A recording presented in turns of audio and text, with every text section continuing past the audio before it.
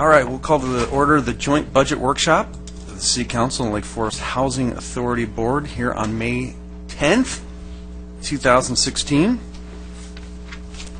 See, everyone is present. So I guess we'll go to the public session.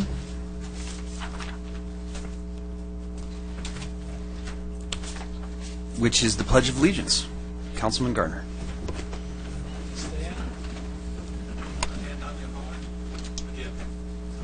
Pledge allegiance to the flag of the United States of America and to the republic for which it stands, one nation under God, indivisible, with liberty and justice for all.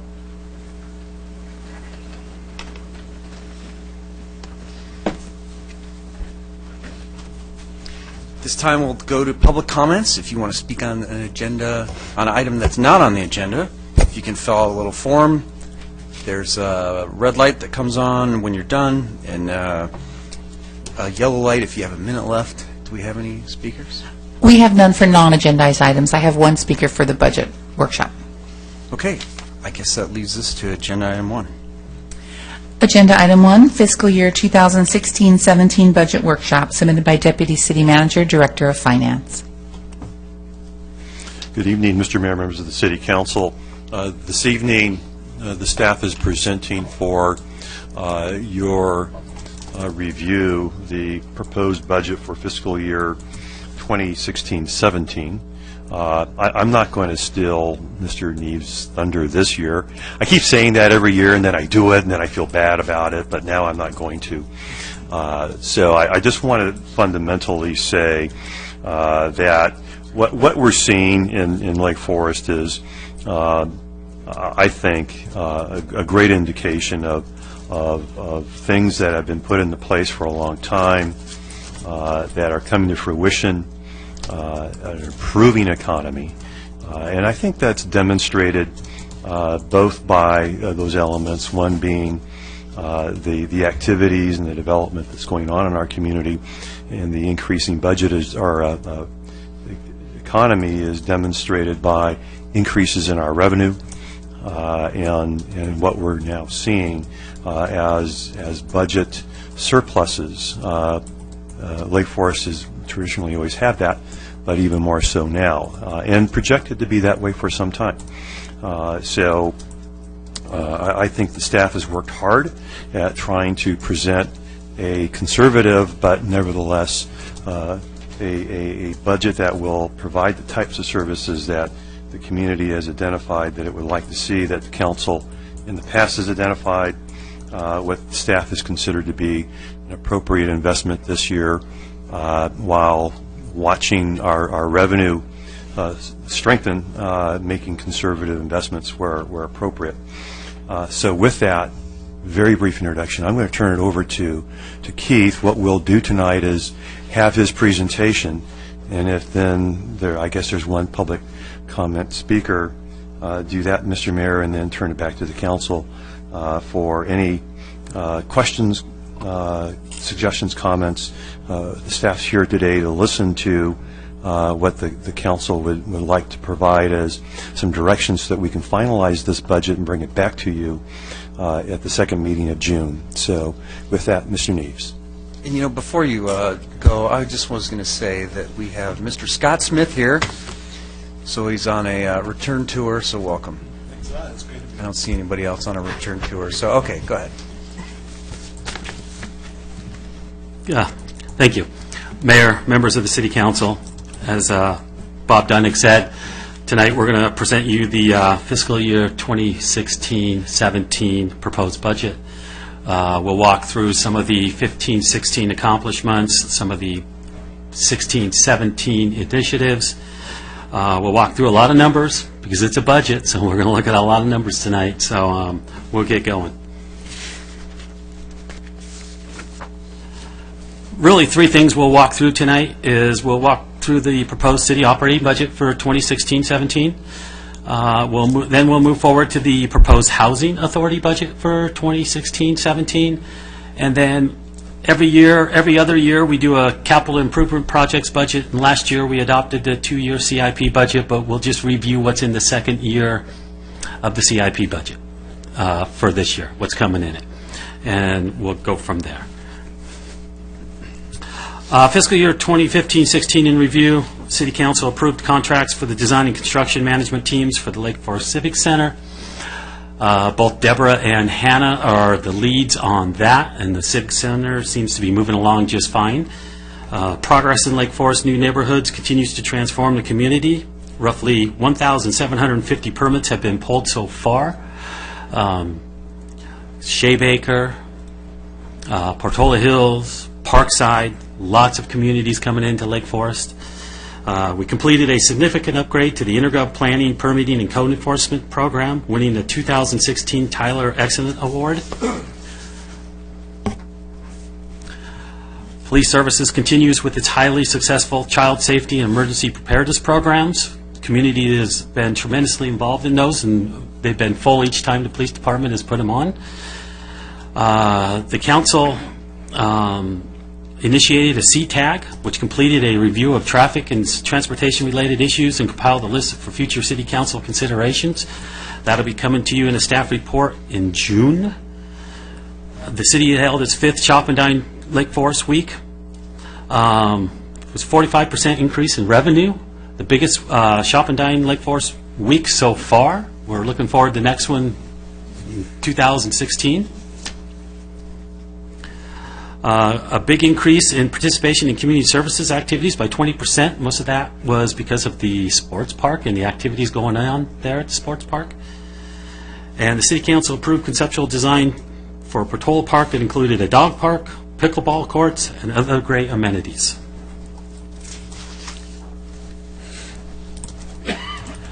So looking forward to 2016-2017 proposed budget. We look at completion of the design process, resulting in construction documents for the Lake Forest Civic Center and Senior Center. We're moving along with that. We think by the end of 2016-17, we'll be taking to the City Council construction documents for the Civic Center. Public Works continues to work on traffic mitigation with the Lifton projects. There's continued progress in the development of new master plan communities. I just mentioned Baker Ranch, Portola Hills, and Parkside. Many permits, like I said, over 1,700 permits pulled so far. Roughly 4,500 permits total are going to be pulled. The city continues the strong commitment to the engagement by sponsoring the 2016 Biannual Resident and Business Survey. This is a survey that the city puts on every other year, and in 2016 we will initiate that survey again. We're going to complete the final design and begin construction on Portola, the new Portola Hills Park up there in the Portola Hills development, and hopefully start on construction on the Village Pond Park. We will hold the 25th anniversary celebrations to include sports park tournaments and a family carnival this year. In 2016-2017, we've already kind of initiated some events in this current fiscal year 15-16, but we'll have the bigger event in 2016-2017. We're also going to initiate Phase 2 of the Neighborhood Park Improvement Program. That is to renovate 10 parks, the remaining parks that weren't renovated in Phase 1. Community Services is working on that project currently, going out to RFP. We'll continue to attract new businesses through seminars, communications, outreach, and networking. That's just a little of the initiatives for 2016-2017. If you look in the budget document, under each department, you can read through each department's initiatives and goals for 2016-2017, and you can see the accomplishments that were accomplished in 2015-2016. Now, moving on to the numbers, our general fund is really healthy. Like Bob said, revenue is starting to come in from the development, property taxes, sales tax, TOT, all of them are moving up at a much faster pace. The economy has improved, so our budget is balanced. If you look here at the top of the chart, beginning balance, we're going to start with $17.9 million in the bank in the general fund. Revenues coming in will be $44.2 million. Expenditures, $42.8 million. You're looking at a $1.4 million surplus for the City of Lake Forest in fiscal year 2016-2017. We have a small transfer out that will, per the policy for the reserves, and then the ending balance, you're roughly $19.2 million unrestricted funds in the general fund. Now, we always like you to see the base revenues when we take out the OSA revenues coming in, the one-time revenues, and the one-time expenditures. Because that's going to be the true base moving forward. In 3 to 5 years, when the development's over with and everybody's gone, we're going to have to go back to a base that's, we're not bringing in as much permitting revenue, development revenue, and then the expenditures on the other side on contracts helping us get through this. So, your revenues are $44.2 million. We see less one-time revenues of roughly $3 million, with a total base revenue of $41.2 million. On the expenditure side, less one-time expenditures of $4.1 million, the total base expenditures of $38.7 million. So when we take out the one-time revenues and the one-time expenditures, you actually increase your surplus up to $2.5 million.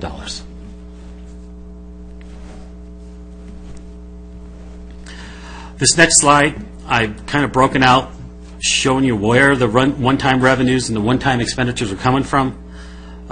Development related on the revenue side, it's almost $3 million in revenues coming from OSA. On the expenditure side, it's only about $2.3 million in expenditures on the OSA, and there's $1.8 million of one-time expenditures in departmental budgets this year. And the next couple slides, I will walk through and show you what department they're in and what they are.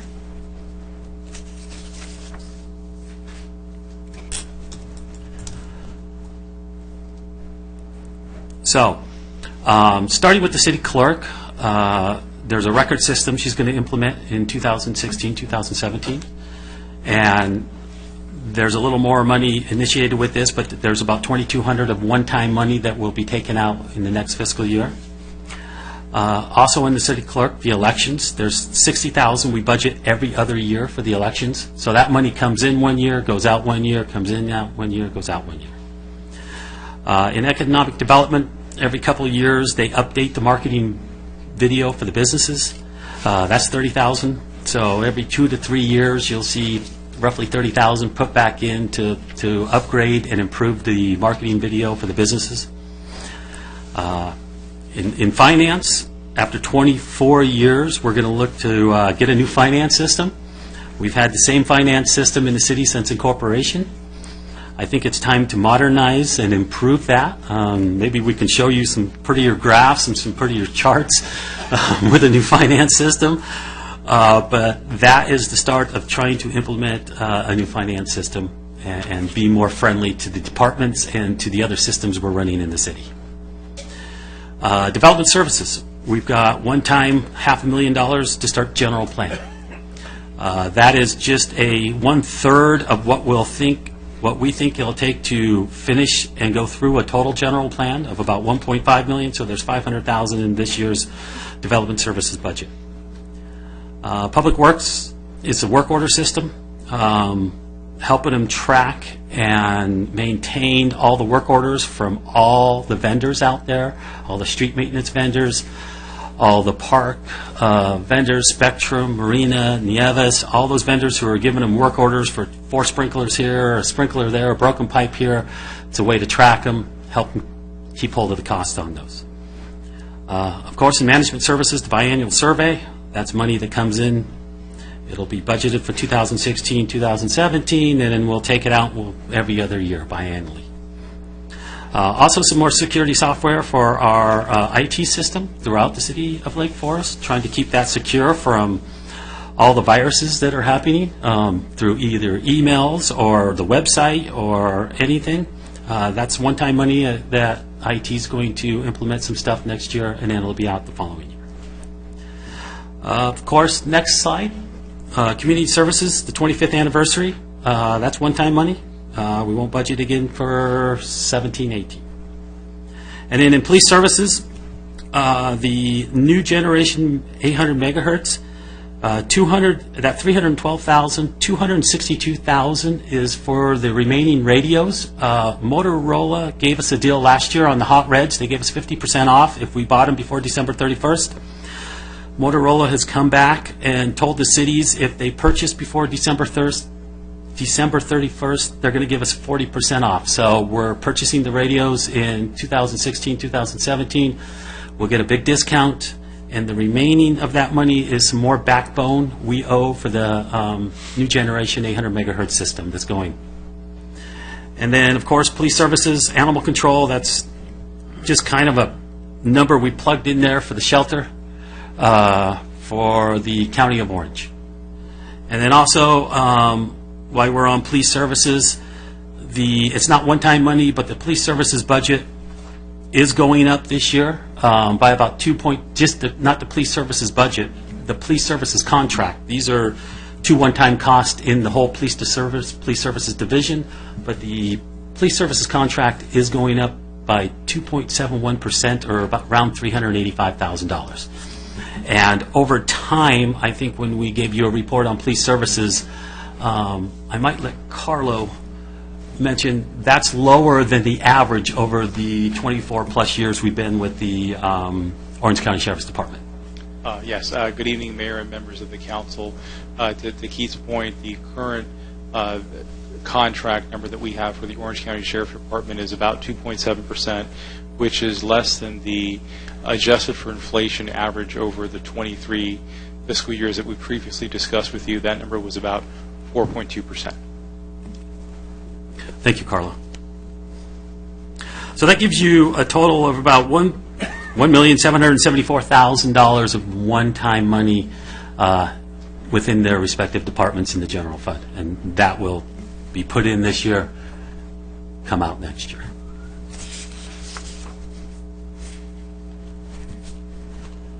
So if we're looking at general fund expenditures, expenditures are $42.8 million, like I mentioned.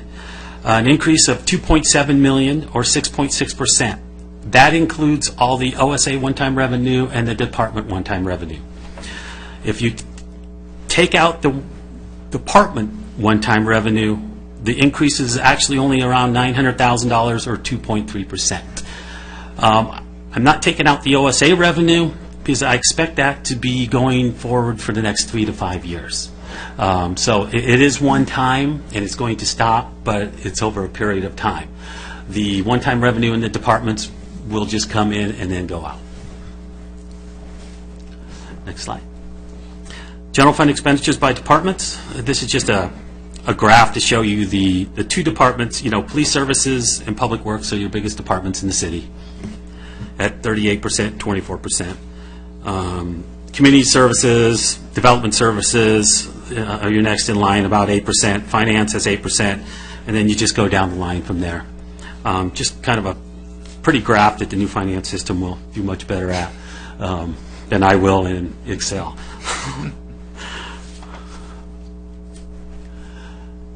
Now we'll go to the revenue side. Overall revenues around $44.2 million. Some of the biggest increases is property taxes, both your secured and your motor vehicle in lieu, which we get paid through property taxes, is your biggest generator of that 6.4%. You do get some other little tax, your unsecured, your supplementals, but really what's driving our property taxes is our secured property taxes, and that is from the new homes coming in, and it's also from a tremendous amount of homes in Lake Forest are being sold and turned over, so the value of them are going up. Our median value is rising, and we've almost recaptured all the Prop 8 that was reduced during the recession. Our consultant, HDL, thinks by the end of next year we would have recaptured all the loss. So we're back to where we were in 07, 08, 08, 09. Sales tax, we've just been conservative at a 2%. It's probably going to come in more than that. We're actually working off a new base on sales tax because the triple flip the governor paid him off the bonds this year, and we get our full 1%, and it happened only three-quarters of the way through the year, and so we're kind of setting a new base for that 3%. Plus, we're getting, as you remember, last year's budget, we have almost $928,000 of one-time revenue coming in for the true-up on all this. So we're going to really have to, we're doing a conservative estimate about 2%, and then we'll come back at mid-year, and we'll really look to where it's at. It's going to be more than 2%, but I need to see how much that one-time revenue's coming in for this year and see how the 1% starts hitting the ledgers each month as it come in. Of course, our hotels are doing great, like always. TOT is up almost 7.1%. This has probably been the average for the last 3 years going up. So hotels in the city are doing very well. All other taxes, this is franchise fees and property transfer tax, up almost 8%. Franchise fees, they're rising because of the new homes coming in, cable, franchise fee, trash, all the different utilities, SCE, gas, they all pay a franchise fees. Those are all rising.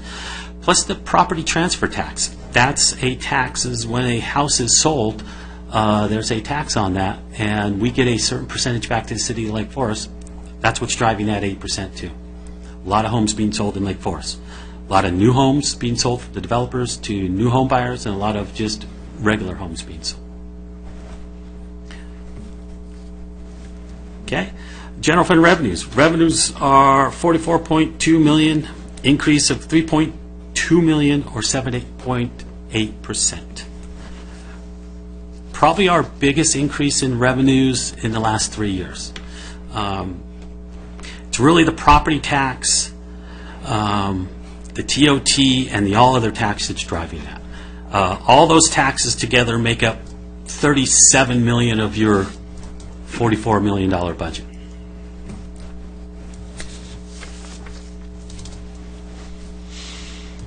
Of course, Lake Forest always has nice reserves, starting with $21.5 million, and that it's $100,000 or $126,000 will be transferred over.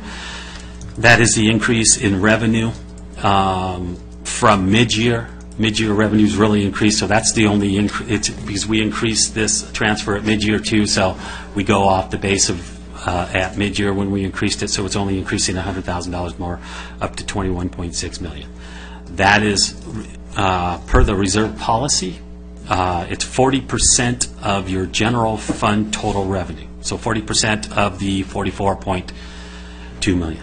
Now, there is two other things in this, $21.5 million. There are some PEG funds that we will use, $950,000 that we will use for the Civic Center.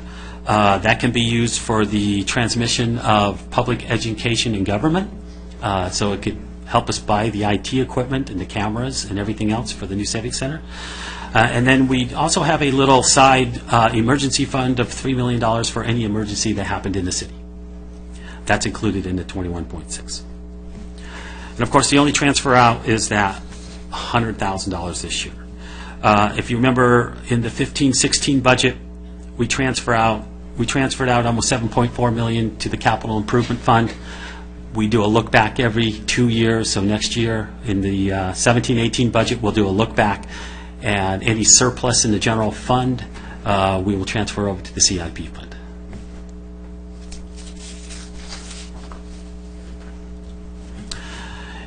General fund summary. Next slide, please. So the general fund summary, the proposed general fund budget for fiscal year 16-17 is balanced.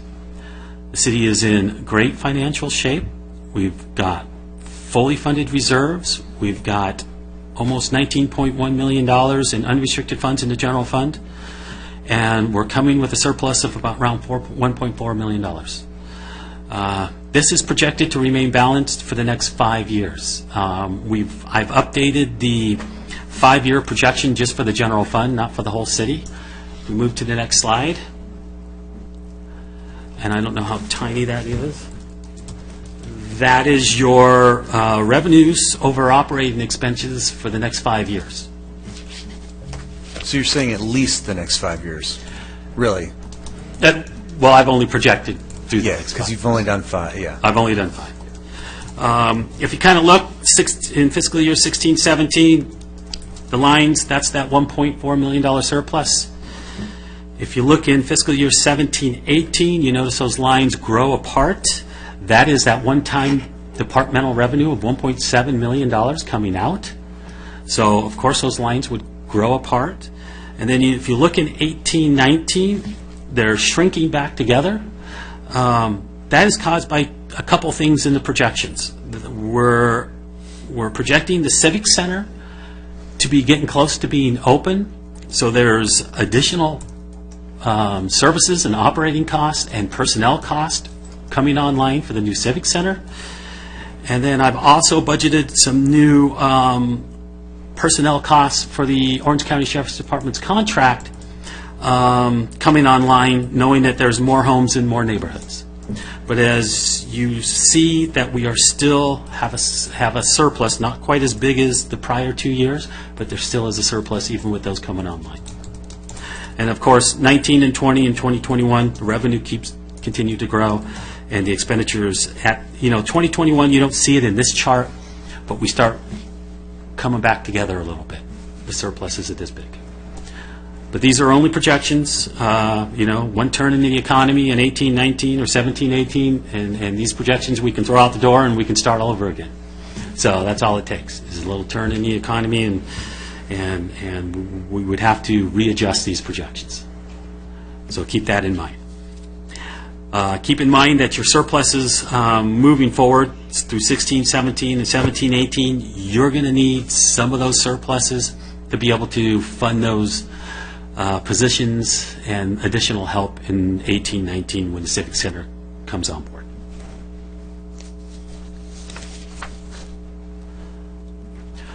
So now we're going to look at all funds together with capital, even though we don't adopt a capital budget. So the beginning balance is $94 million, with revenues coming in of $64.9. Expenditures of operating 46.3, and then capital projects 5.9, for a total of 52.2. And then revenues less expenditures on the entire budget, you're adding $12.7 million. Most of that is the impact fees coming from the OSA that will eventually pay for the Civic Center.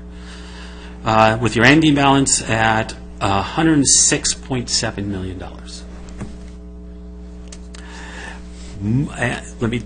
Another thing, most of those funds that are coming in are restricted funds, either per special revenue funds or per developer agreements with the developers.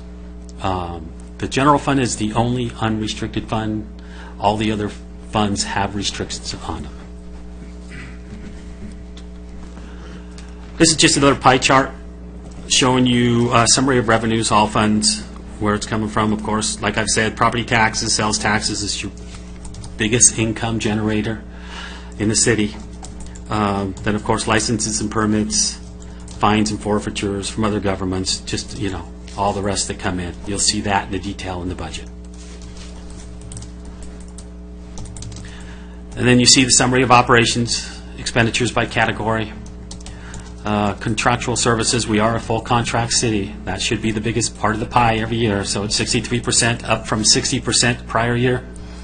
Most of that change is really contracts dealing with the OSA. Personnel at 19%, that stayed steady, same as last year, 19%. Capital outlay, 0.4. And then operations and maintenance is down a little bit, about 2% from prior year. Now, that's the end of the operating budget of the city. We'll move forward now with the Housing Authority operating budget.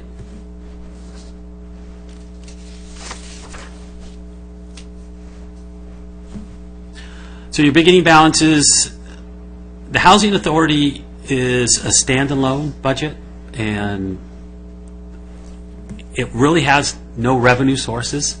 The revenue coming in for this is really some HOA fees from the Madrid condos, and then they pay, we pay them back. The only fees that would support the Housing Authority is us transferring in. Where this fund balance came from is the transfer in of impact fees, affordable housing impact fees from the developers. So you look at beginning balances around $314,000, revenues $11,800, expenditures, $69,700. You're spending $58,000 this year. I mean, the difference between revenues and expenditures is around $58,000. You're going to end with about $256,000. The biggest expenditure is for a consultant to help us put together the plan to go forward with all the affordable housing impact fees.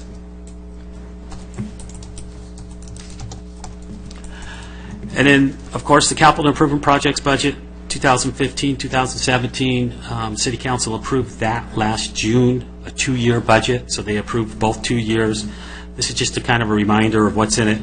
Total expenditures of about $14.7 million. In the 15-16 budget, we have $8.9 million budgeted, and in the 16-17 budget, there's going to be $5.8 million budget, for a total of $14.7 million. We will bring back, like we do a midterm operating budget, we're going to do a midterm CIP review. This will be in July 2016. So we will, this is halfway through the 2015-2017 CIP budget. So we will review the entire thing, and any additions or subtractions will happen at that meeting. That is it for the PowerPoint presentation on the 2016-2017 proposed operating budget and the 2016-2017 proposed Housing Authority budget. What the staff usually does is I'll turn it back over to Bob, and then Bob will turn it over to the council, and then we can walk through the budget with any questions. Thank you. Thank you, Keith. Mr. Mayor, members of the council, the staff doesn't have any addition to add at this juncture. It would be the pleasure, Mr. Mayor, of the chair, to either go to public comments or then start having dialogue with your colleagues. Yeah, let's go to public comments. April Josephson. Welcome.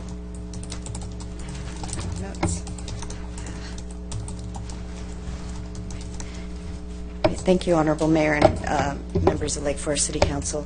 I submitted a written request from the Pet Adoption Center of Orange County for $15,000, which would allow us to secure a location in Lake Forest in a retail center that we've already been talking with the broker, and I've confirmed with the Planning Department that the zoning is appropriate. And I don't want to reiterate everything that I've written in the letter since you can read it, but I do want to point out that we have been talking, and this request is late because obviously the animal care discussion has gone on and until very recently.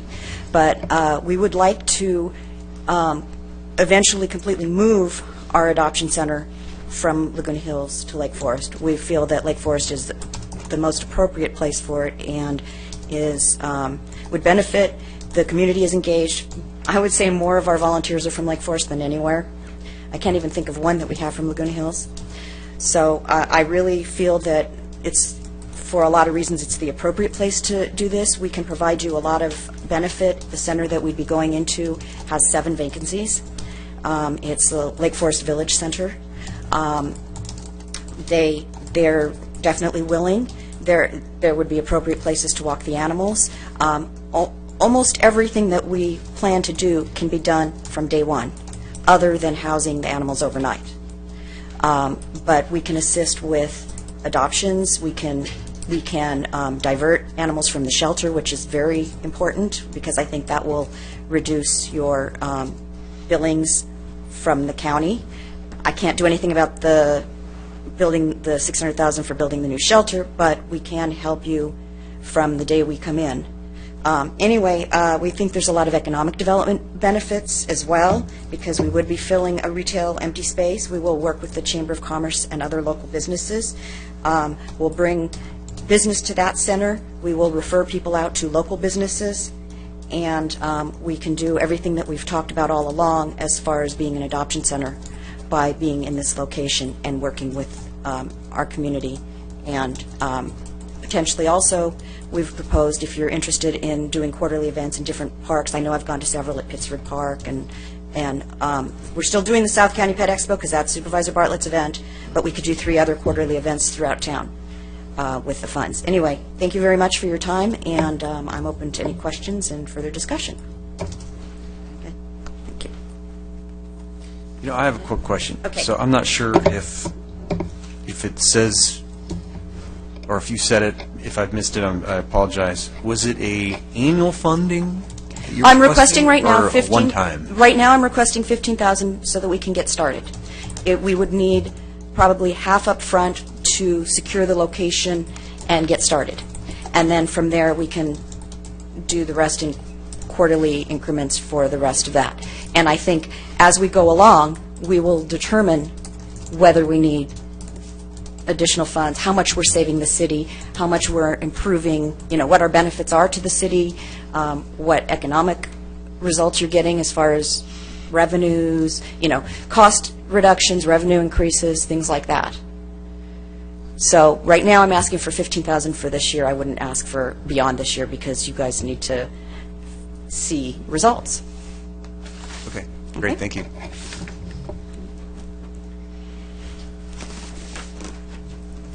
There have been no further requests.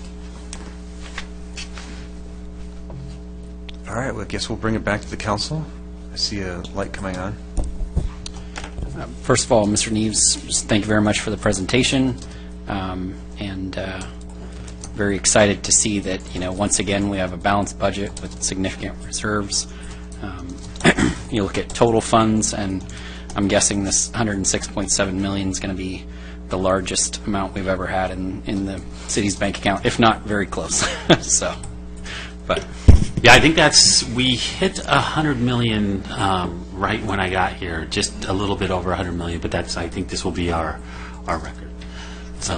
But you got to remember, $60 million is for the Civic Center. absolutely, absolutely, and that's what we've been talking about quite a bit. Is that, you know, that gives us the opportunity to this is giving us the opportunity to essentially cash flow that particular infrastructure development, which the community has been asking for a long time. Is going to serve a variety of needs. But I just want to say thank you very much for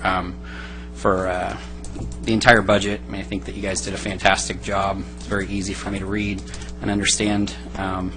I always have lots of questions, and even with my own CFO, you know, they put together reports for me, and every month I seem to have questions that they answered the month prior. So it's, but they answered the same type of question, but I just have it again. So we spent about an hour on the phone today, and by my count, we went over about 48 questions. So I think I've got everything answered. But, you know, again, I just want to let you know that how much I appreciate what you've done. I want to show my appreciation for each one of the department heads.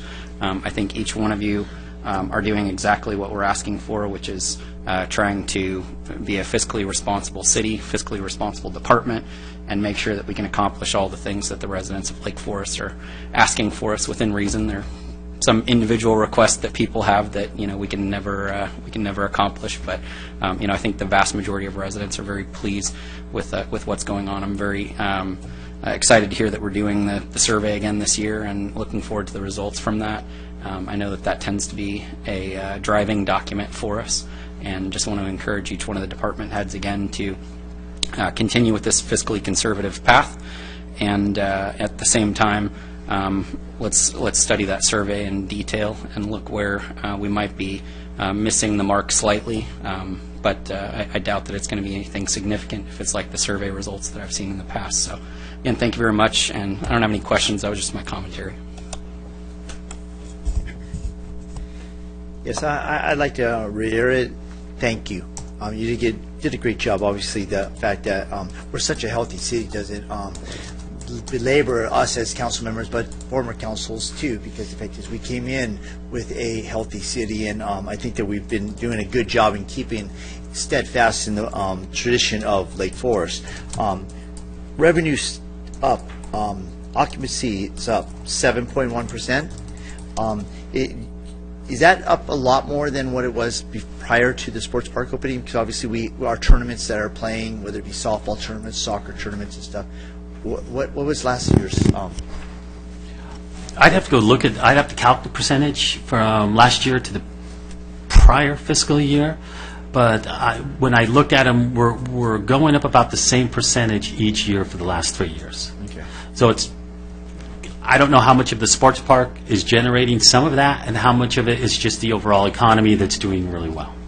And so in the reserves for the general fund, we have 21.6 in the general fund reserves. For the reserves in the general fund, yes, we have 21.6 million.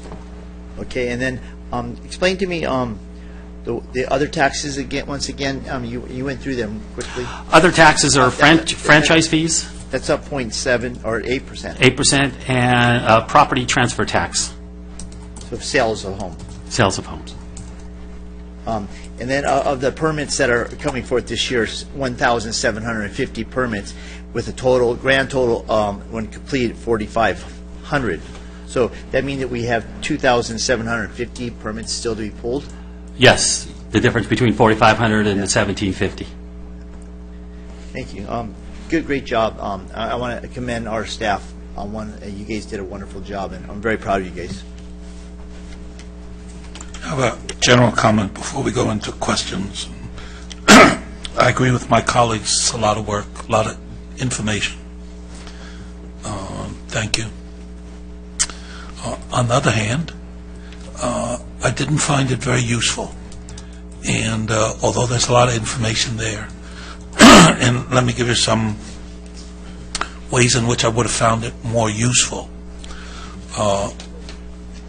And when I was reading the budget, at the time I started reading the budget and listening to CNBC, there was a report on McDonald's earnings, and they were going through McDonald's being the fast food store, and they were going through their segments.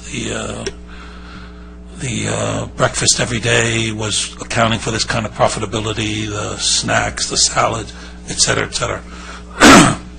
And while I'm listening to that and I'm looking at the budget, suddenly that tweaked me.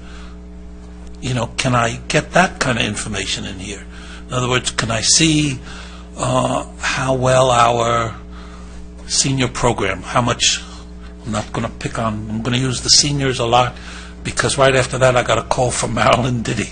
So I have McDonald's, seniors, and the budget all wrapped into one large thought.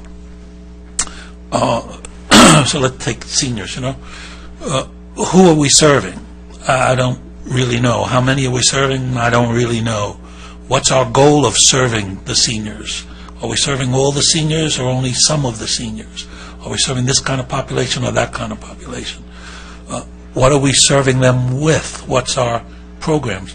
Of those 10 programs that we're serving seniors with, what are they costing us? What are the revenues bringing in? What are we actually achieving? So, it's from the McDonald's. And then you could transfer that to teens, you could transfer that to almost any other category. Not any other. Public works a little bit different, but in terms of service delivery to people. So that's, and then I couldn't find that easily enough. I went back, I spent more time, it's not easy to find. I'm not sure it's actually in there. And I think one of the reasons for that, and this is a broader discussion that we probably should have engaged in when we did the strategic plan, and that is the role of government. We have strategic plans. We're building a civic center. Who's that going to serve exactly, and what are we going to do? Is that going to serve everybody for everything? Or, again, going back to seniors, are we going to duplicate all services for seniors? Are we going to focus on the seniors who are at high risk and going to fall through? Are we going to do the shut-ins? Are we going to do the isolates, the married, et cetera, et cetera? So going back to our 5-year strategic plan, where we talked, but I don't think we dealt with some of those philosophical things, questions of the role of government, which then would have given me a better idea of, is the budget on target for achieving what those original goals were, and how well are we achieving it? So I'm missing, although I agree with my colleagues, it's a lot of information there, but when I was trying to answer some fundamental questions, we spending enough on seniors? We doing it right? Couldn't answer it. Should we move it to teens? I couldn't get those kinds of questions. It's not an issue only for the budget. I think the issue comes back to us at the next 5-year strategic plan for us to start on that kind of a level and then transmit it back into the budget. So, that's what I would be looking for from us in our subsequent discussions of trying to define better for the staff just what is our philosophy of government, and then ultimately to give that back to you, and then maybe, not in all areas, but in areas like seniors or teens where there's a specific population, for us to be able to understand what are we doing, what are we achieving, how much money, what's it cost us to deliver a service to a senior compared to a service to a teen, and what are we getting for that. So this is probably, with your new software, probably an easier thing to do than that. But otherwise, yeah, it's a lot of information here, and I hope as we provide guidance to the staff, we might, at the next year's budget, get down to them, drilling down to details and more exactly. It's my only comment. Just to respond to that, because I agree with a lot of what you're saying there. And I guess the question that we may have to ask ourselves is, do we not like the process that we're currently using to extract that information? So using those two examples, we have both a senior advisory committee that works under the Park and Recs Commission, and then also a teen advisory committee. So, those are two areas where they're probably, a lot of seniors do come to our council meetings. We don't get a whole lot of teenagers, but they're two segments that we've said, hey, we want to see some additional feedback. So, that's one source where we get that information. The second source, and again, we some of us may not like the source or might want to change it around, but the source that we've had for a long time has been this community survey that we've done. And so taking information from that and looking at what percentages do people feel like they're not satisfied with service. Usually that's not the answer. Satisfaction level is usually pretty high. So it's those open-ended questions that we're asking. And I would just encourage that as we're doing this survey, that we continue to focus on open-ended questions and look at additional opportunities for providing those to residents, so that they can come back to us with some things that that they still feel that there's a need with. So, and they might need a little bit of prodding, because sometimes the open-ended question alone can be so general and vague that it doesn't trigger that thought. And so, asking it with a little bit of guidance, but still keeping it open-ended. So, if there was anything in community services, or anything from a recreational perspective, or anything for special needs or seniors, and then we had it that broad and open-ended, I think that we might get a little bit more detail in those responses. And so that's the only suggestion that I would make. And that's assuming that we continue to move forward with the model that we've had in place. But I do feel like we're getting that feedback. It's just, are we getting enough of it? And is there a way to get some better feedback than we have? And so those would just be my thoughts. Yeah, it's a good thought, and I'm pretty sure, as my understanding is, we're capable of adding questions to that survey, aren't we, or shaping it? Isn't that true, Mr. Dunning? Yes, Mr. Mayor, members of the City Council, yes, the staff works with the consultant to look at the survey. Fundamentally, we've used a set number of questions over the years because it gives us the ability to measure things longitudinally, and whether or not we're continuing to deliver the kinds of services, and do we have an effect on the types of things that we strategically are then investing in our budget to address the things that we see in the survey. So if we want to move off of a longitudinal study about how we're doing over a longer period, then certainly we can focus more on other types of questions and then start doing a whole different process. The one thing to keep in mind is that any pollster is going to tell you that you have a budget of time that you can keep people's attention when you're doing a survey. And so there's ordinarily a budget of questions.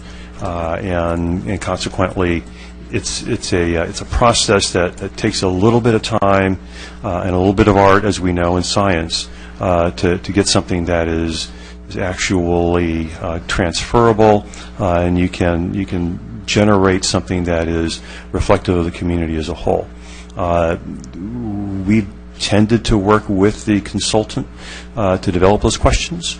In the past, we have not brought them to the council. You see them after the fact.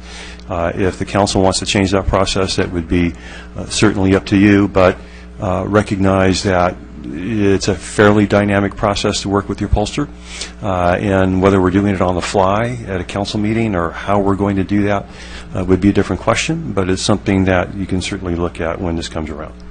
Yeah, I didn't mean to, there are some key longitudinal questions that you're going to want to keep, but then we could look at some of those things, where are we hitting exactly where we want to hit, but where aren't we? And I'm thinking more of substituting in and out rather than adding an extra half an hour to the thing. When does that come up?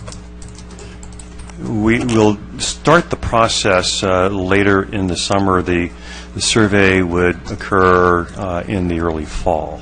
So we haven't started yet, obviously, but probably sometime midsummer is when we would secure a consultant and start that process. So you've got some time to think about it, but clearly,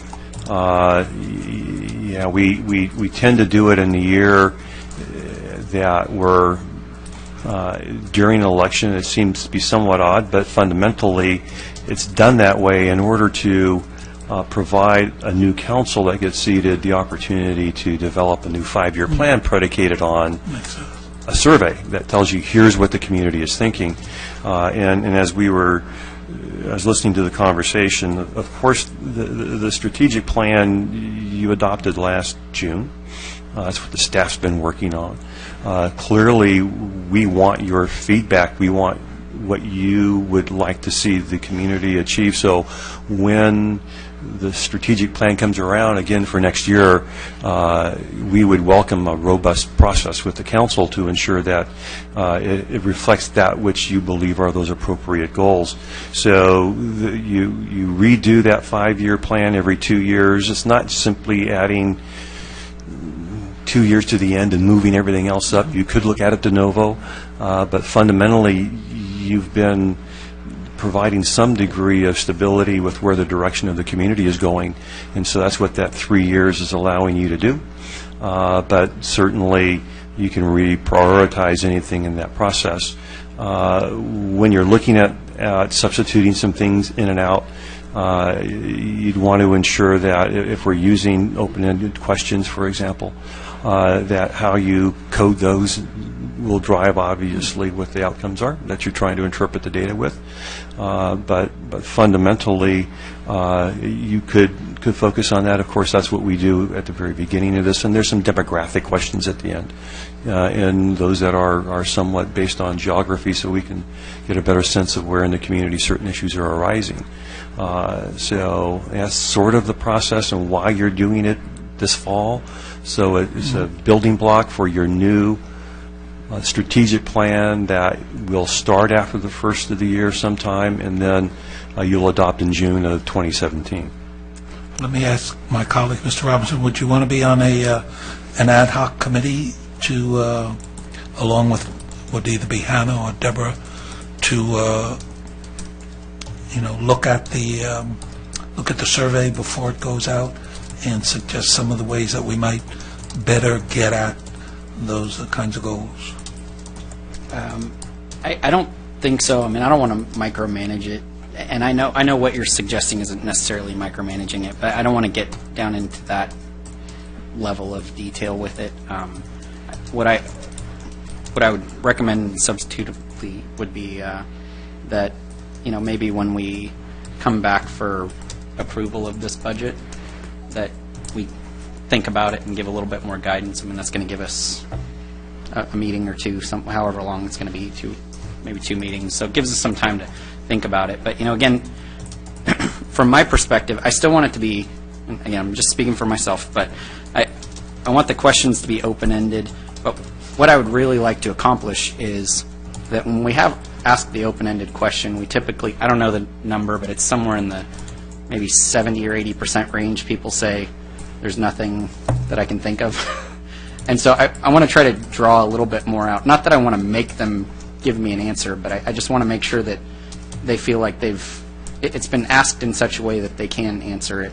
I don't want to say, well, if I had to pick something, why don't you do this? When I really don't care, but I'll give you an answer here. I don't want that kind of response, but I would like to see, if possible, dropping that there's nothing, even though I like hearing there's nothing that I want to fix. Everything's great. I love hearing that. At the same time, there's at least one thing that I can think of myself that I'd like to fix. Yeah, there are I'm not survey- entirely perfect. No, There's there are that s- one thing. There are survey techniques. As a matter of fact, I didn't do as many as True North, but I've done many surveys in my career. There are survey techniques that let you do that. That's a different approach than True North uses, but I'm sure they could adopt that, where you don't, it's kind of like a forced choice, and you end up getting answers to everything, even though they're not the first, but they are. It would get rid of that. So, all right, yeah, I don't mind bringing this back for further discussion. That seems to make the most sense to me, that when we approve the budget, that we could provide that same guidance. That's when we'll be kind of having this exact same topic again. So just to answer I don't know if this would answer all of your questions, but on page 29, I don't know if you can turn there, but there's $24,000 that's budgeted for senior program revenue. And then on page 176, there's $132,000. Multitude of things. Excursions is almost $18,000. There's holiday mini concerts, quarterly dinners for $15,000, senior clubhouse for $49,000, $48,000. Classes for about $5,000, the Sachs Award program for $3,000, Thursday meal program for $31,000, and a few others. The total's about $132,900. Participation's about $30,000, and we have about $100 of senior donations. Doesn't even begin to answer the questions, who are the seniors, who are the unique seniors, what are they doing, what are the programs. I'm looking to the way McDonald's was able to say, let's throw more money at breakfast every day. In that same way, I'm looking for that kind of detail to give us guidance. This is what we've identified. Seniors, should we be putting more in there? But it's that kind of a process, and then through various iterations, and then more information. In there, for example, there's something there that said like we did 21,000 seniors or something, but what it meant was 21 seniors did 1,000 things, or 1,000 seniors did 21 things, or 500 seniors did, et cetera, et cetera. So it's just, I'm looking not to micromanage, but to give us an understanding of where's the value in spending our money.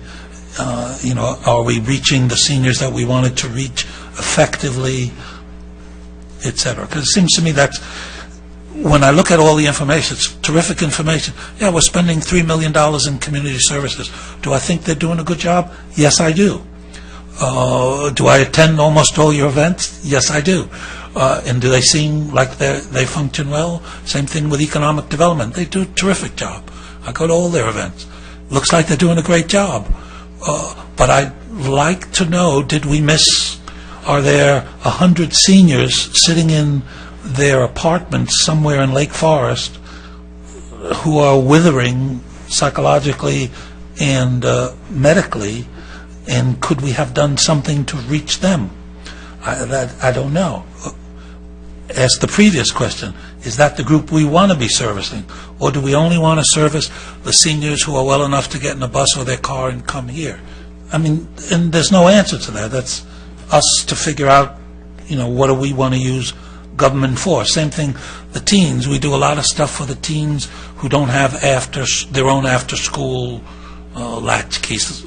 The wrong word, but when I was a kid, that's what they called them. So a lot of our money goes to them, and is that what we want? And I'd say yes, but as a council, is that how we spend our money? What kind of money are we spending? What kind of a bang are we getting for that? Is teenage delinquencies down because we've been doing this? In the same way, Mr. Voigt asked the question, did the hotels, did that make the difference? No, it didn't. The sports park didn't make a difference because we were rising before. Okay, that's a useful thing to know, and I'd just like to be able to, when our service delivery is directed towards our people, to fine-tune it, to be able to say, yeah, that's the group we really wanted to get, and we're reaching them, and I know that because the death rate in seniors in Lake Forest, has gone down because the arrest of teenagers for narcotics has gone down. Just the only thing I was going to say is, I thought you also said you didn't see any details at all in the budget, so I wanted to highlight those. But I think that you got to realize that McDonald's has invested very heavily in technology, and so each time someone buys a hamburger, buys a whatever, they have the ability to go through that amount of data. And I don't think we're going to probably ask every senior coming in, 10 minutes of questions at each event and have them register and obtain. I'm not necessarily disagreeing with you. I'm just saying that the data-intensive analytics that they provide and obtain through all the IT infrastructure they have, we're not going to really necessarily have that to be able to determine a lot. There's not a lot of data. I don't mind going in that direction, but no, I don't want us to devote. Nor do I want us to devote resources, because the resources to do that would have to come out of the service delivery system. So I'm not asking for that kind of detail or for that kind of resource allocation. But it's not a bad goal to be looking at and saying, could we answer those questions? We won't answer them perfectly, but at least we'd have more information than we have now. I'd agree. The more information we have, the better. So, and I think that the city continues to collect more and more data. I know it's happening. Businesses are doing it. Cities are doing it. We're all doing it as individuals, which is becoming, you hear the term out there a lot, big data. Sometimes you get so much data you don't know what to do with it nowadays, and so it just gets trapped in a data hole. So, but I agree with you. I mean, we want to get more information as much as we possibly can, try to understand needs. The conversation that you want to have, I think, or that you've talked about, I think is an important one, and it can be one that's had at this dais, can be one that's had in the community as well. What's the expectation of what a city is going to provide? I'm confident in my belief that the city's not supposed to provide everything. I think that we could all agree on that, but the city doesn't provide everything. We have certain priorities that we have to focus on, called out by state law, and that's what people expect from the community. Number one, public safety, then number two, infrastructure, and then park and recreations have become a part of that. Everything else kind of supports that, not to diminish any department, but they kind of support those activities more than anything. But there are tons of other institutions. I mean, I know some of us are involved in different philanthropic groups or religious organizations in the community, and they have as much responsibility, if not more so, I would say, to some of these underserved parts of the population. If we can help identify that in some way, just because we're a larger organization, larger institution, then that gives us the ability to communicate that need to other organizations and institutions that might be better served and actually have a calling or a mission to serve those underserved people. So, I see getting more data as definitely a positive thing without it becoming too onerous on the staff or the individuals you're trying to collect the data from. Similar to people can only sit on a phone so long. I don't know how many surveys you get in the mail nowadays, but gosh, it's I've started getting surveys that have $1 and $5 bills inside them, so that I actually fill the thing out, right? The marketing companies are trying to find different ways to actually get people to invest their time, recognizing how valuable that is. And so again, I'm just agreeing. The more data we can get, the better, without making it onerous. And so I would encourage us all to move forward in that direction. And I don't know if there are other questions, but if you're willing to entertain a motion, we need a motion to move forward, or since we're not approving it tonight. No, you're not approving the budget, obviously, this evening. You have Yeah. more development to occur. So this evening, the purpose is really to solicit the kind of feedback that we're hearing from the council this evening. If there are things that are proposed in the budget that you want to remove, or things you want to add, or things that you want to change. Now would be the right time to advise staff as to what those might particularly be. If there are things that aren't there that you want there, then those are the things that you'd want to identify.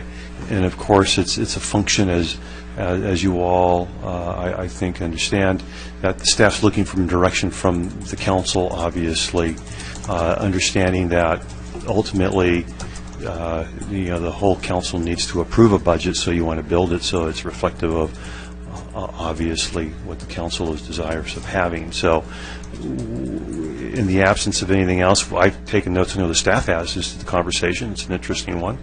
How you structure a budget in order to answer the prime question of the role of government, that's a fairly large question. And so how you structure a budget to really do that could be a challenge, but we'll give that a thought. We'll see what we can come up with.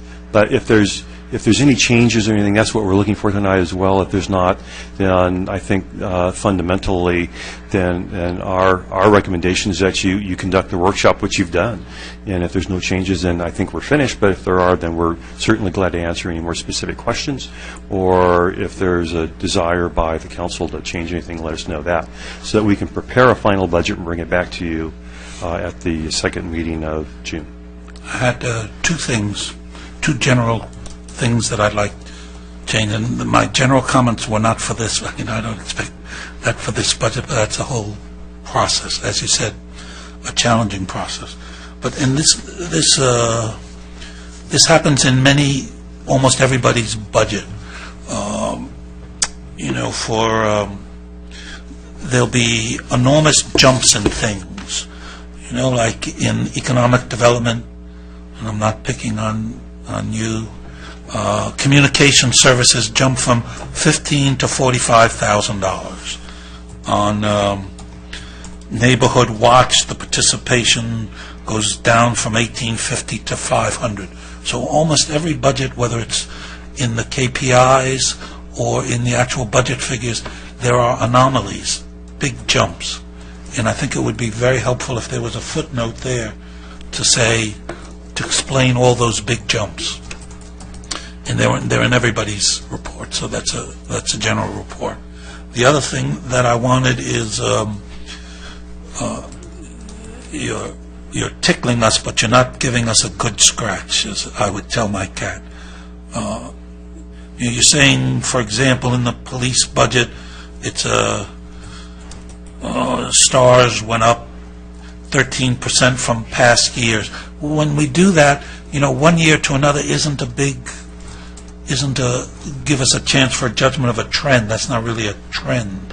So I think where you give us those kinds of teasers, if you gave us a 3 or a 5 year trend, that helps me identify, this is a trend, it's going up every year. But it's like with the TOT, it's going up 7.5% a year. Well, that tells me something versus it was 7.5% and then 7.5%. So where you have anomalies, I'd like a little footnote that says communication because we or the software because we're getting new software. And when you're trying to give us a trend, just don't give us the 2 year, give us a 3 to a 5 year, so we really know the trend. Those were the two questions that came up over and over again, looking at items. Other than that, as they said in the beginning, and as I agreed, there's a wealth of data here. Thank you. All right.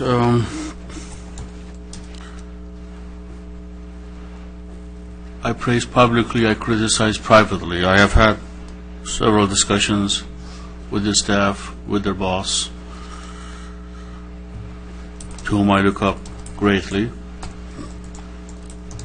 As such, if you don't see me ask questions, I've asked them, I've answered them for myself, and so long as they are reflecting the outcome in the final product, that's all that matters. I'm sure that my input will be taken into account and it'll be reflected in the outcome.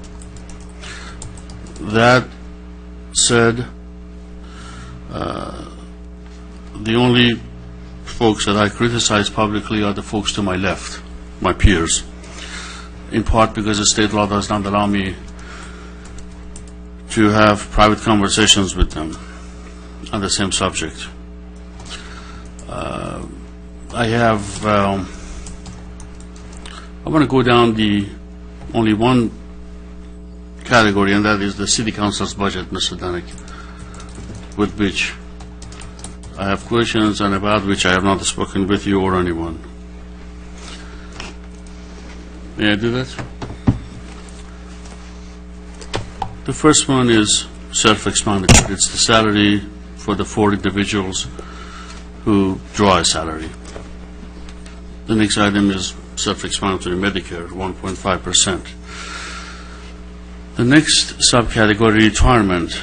I am not quite familiar with how retirement works in the governmental sector. 20-plus years I've been and I am in the private sector. I am just puzzled that the retirement benefits to Mr. Voits is more than the benefits to Mr. Gardner, Hamilton, and Robinson combined. I don't understand it. He benefits from PERS.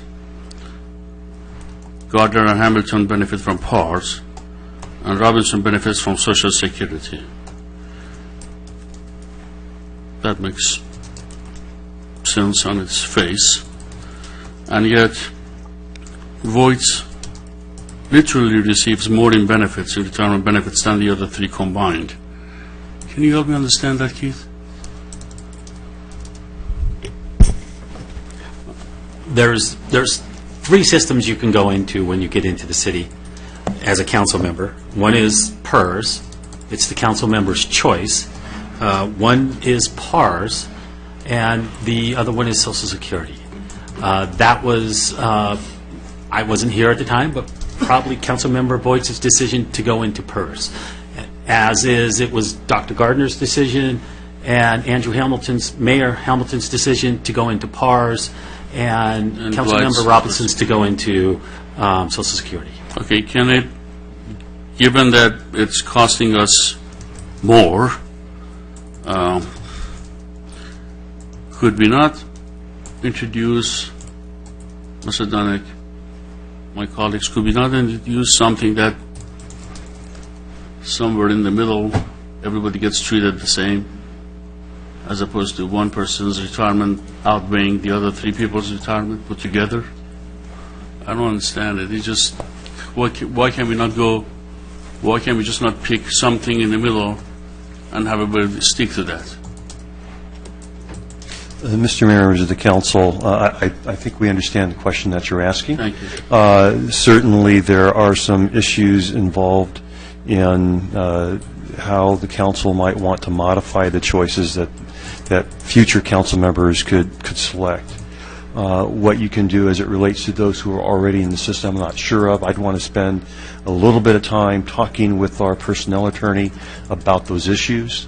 And we could certainly come back to the council with the information to give you a sense of what could be done on a go-forward basis, or what might be done as it relates to those who are currently in the system. And I'm not sure I understand that enough to make us a good recommendation that you could do anything. At this juncture, I'd want to really understand that. But fundamentally, as Mr. Neves has indicated, it's been the policy of the councils in the past to allow one of 3 choices. And there is a difference in cost, as you can see. It's clearly the case, because one being in the classic PERS is a different a cost for the city, and that it's related to PARS, which is more like a 401k kind of system versus a defined benefit program. And consequently, that's what drives the difference in cost, is one's benefit, one's contribution. One's actually fairly portable, the other one not so much. Social Security is clearly self-explanatory. But rather than give you an idea of what you could do on all fronts, let's come back to you with that answer. I would be grateful to you for that, and I would look forward to it, Mr. Danick. Thank you, sir. The next category, I always bring this up every year, 60,000 plus in memberships and dues. League of California Cities, $21,000. Southern California Association of Governments, 7,000 plus. Orange County Council of Governments, 8,000. And it goes on for a grand total of $61,000. Do we really need this, Dwight? $61,000. Are we really getting our money's worth? Do we need it in the first place? Well, people can have differing opinions on whether or not they feel this is necessary. I'll bring LAFCO as an example. LAFCO is basically how is the organization that allows communities like ourselves to actually form and become cities, right? And so the annexations of Foothill Ranch and Portola Hills went through that organization. Not being a member of that organization, city manager could probably explain better than I would, because I don't know the full charter there. I don't know if that would have precluded us from being able to annex areas, but definitely wouldn't have developed a solid relationship with the commission at the very least. So I don't even think we can get out of Just that. quickly, as it relates to the Local Agency Formation Commission in particular, the city's required by state law to actually pay its fair share to the Local Agency Formation Commission in Orange County. So each city pays, as well as the County of Orange. So although there's nothing for us to annex at this point, You cannot eliminate that without breaking state law. You could try, but I would not recommend it. It's fundamentally an assessment predicated on their budget that they do every year, and it's adopted by that board. LAFCO is essentially a state agency, is what it is, and the state's requiring us to pay for it. I see. I'm But it wouldn't, just on that point, but LAFCO's not really a city council expense. It's not something the city, it might be under the general government or city manager or city clerk, but You could place it anywhere, yes. Yeah, it's not a- You could place it anywhere in the budget you so desire. Clearly, it relates to sort of a general governmental responsibility and obligation. Right. You could place it in, I wouldn't suggest that we place it in community services, but you'd have some flexibility about where you'd want to house that. yeah, whereas clearly. the other four are more city, we're members or can be members of the other four are more related to city council activities, but LAFCO itself is. Yes, while that's true, I think the theory behind it is that there are city members on LAFCO. They're appointed by the city selection committee, of which the city is a member. Whether that's a sufficient connection for the council is the question all you could answer. But fundamentally, I think it was that way because you have city representatives who are actually in the past, Councilmember Herzog was on LAFCO for a long time. So you could have one of your own members be, but someone else. But that was the connection, the argument for it. But you could place it virtually anywhere you want. And then, with two more of those, since you asked the question, with both SCAG and OCOG, again, the staff can help provide some additional details here, but they do a tremendous amount of research that, from my understanding, our staff relies on data that's coming out, whether it's SCAG, things like the Regional Transportation Plan or the Sustainable Communities Plan. And there's a lot of data that we use on a regular basis. I'm guessing a lot of it ends up being public works from that perspective. And then OCOG is the regional Orange County Council of Governments that feeds into SCAG, and they're doing some reports at times, or they're supporting the reports that are coming through SCAG. So again, it's another dues thing. I don't think, I serve on the Transportation Committee, but that's not something that's appointed through OCOG or anything like that. That's any council member in the Southern California Association of Governments area can serve on that. And I think I'm probably the only one. But I don't think we have an OCOG representative right now. I think Barbara Kogerman represents our specific district. Councilmember McCullough, former Councilmember McCullough represented the city for a couple of years on OCOG as well. But again, I think the vast majority of what they're trying to accomplish there is develop regional data that we can use for housing plans, transportation plans, things of that nature. And I don't know if the staff wants to add anything else on top of that. Yes, thank you, Councilmember Robinson. The Southern California Association of Governments is the largest metropolitan planning organization in the United States. And its purpose, as created through state and federal laws, is to coordinate development and the movement of goods and services and so forth throughout the entire Southern California region. And they have a set number of responsibilities that are delegated down by the state, but also are used for the purposes of distributing federal dollars primarily through transportation.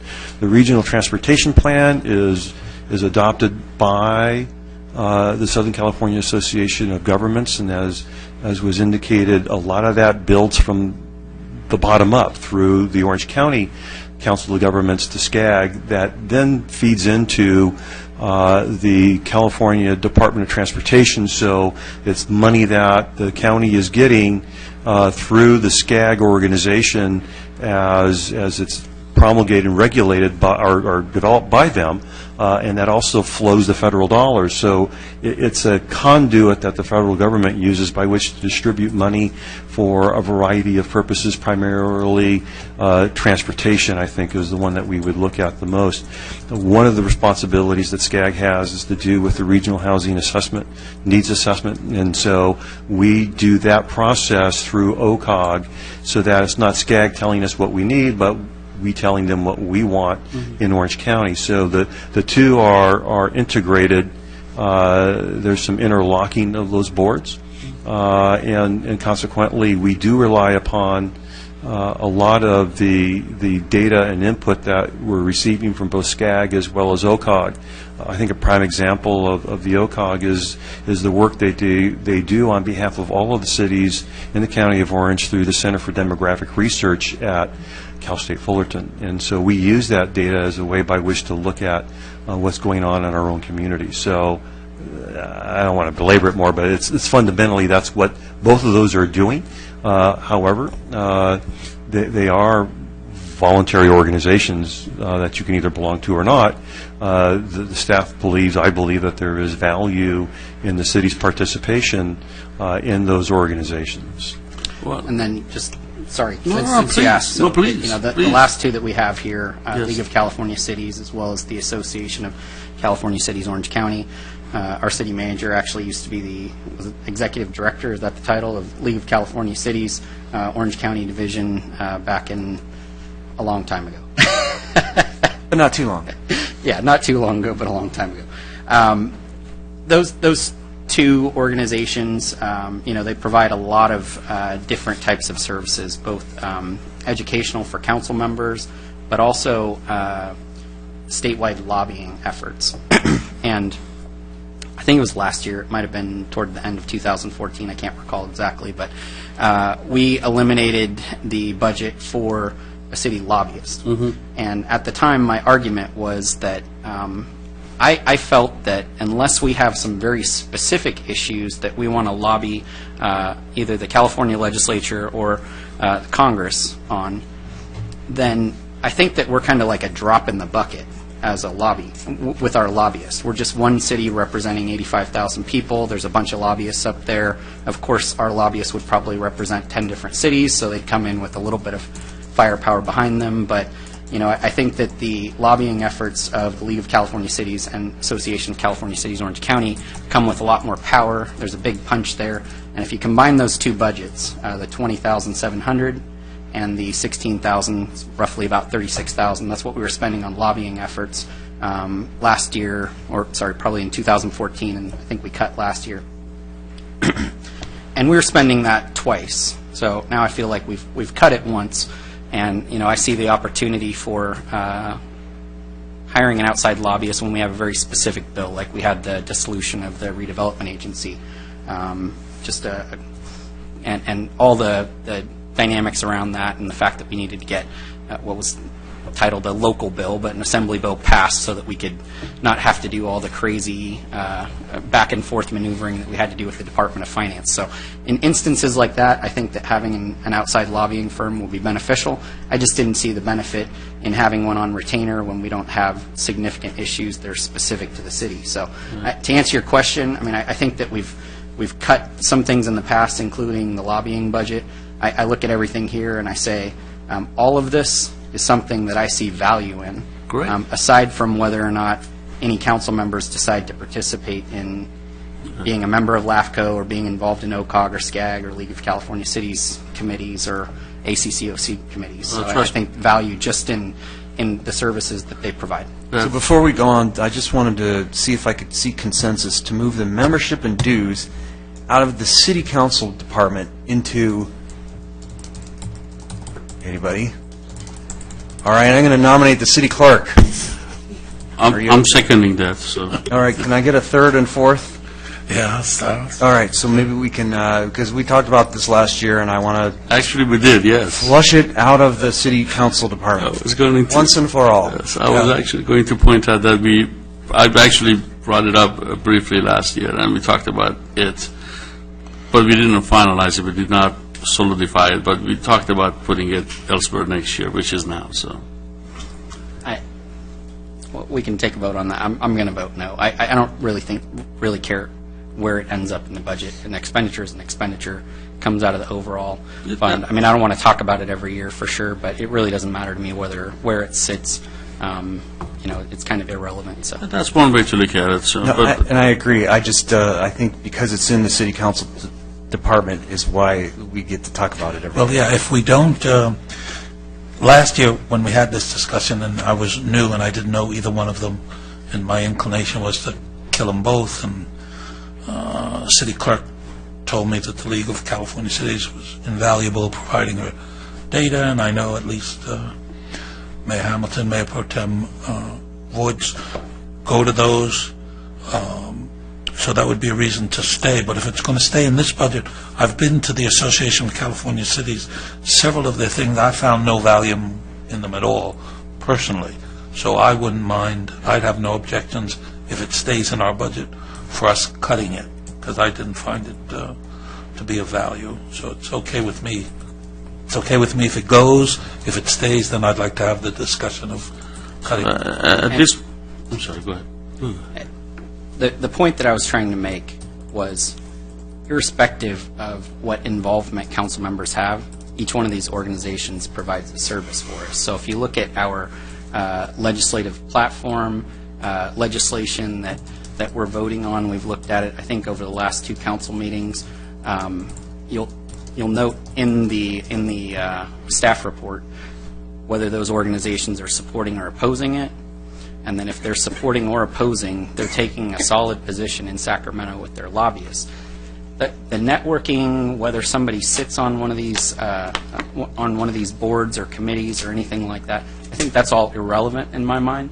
If we all choose to do that, I think that can only provide benefit for the city in that there's some regional involvement, opportunities to connect with other council members in other cities that may be members of the Orange County Transportation Authority, which are doling out a lot of dollars, which our Director of Public Works would know very well. Measure M money, M2 money, OCTA has over $1 billion budget, right? And, if we don't have solid relationships there, sometimes, we might get passed over a year or two.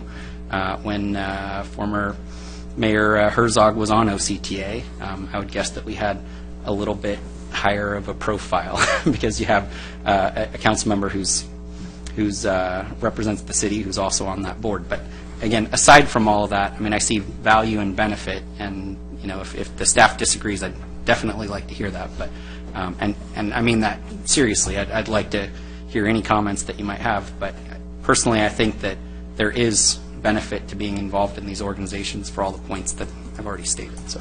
All right, so that we can wrap this up, I'm convinced that 5 out of 5 need to stay. As Dwight pointed out, it's cosmetic where it is. As Andrew said, and I second that, it should be elsewhere, but whatever we decide, I'm fine either way. So let's either decide to move it or not, or, so we can move forward. There's a motion and a second, so let's vote. All right. Okay, so What was the motion? I'm moving that we, it really, keeping it, but moving it to a different department. it really could go, I could go either way. We could keep it in there and just say, we discussed this the last 2 years, no need to discuss it further. Keep it in the city council budget. Or move it out to another budget. Do me a favor. I think your motion was to Can give we- it to the city clerk. Point of clarification, where would that be moved to?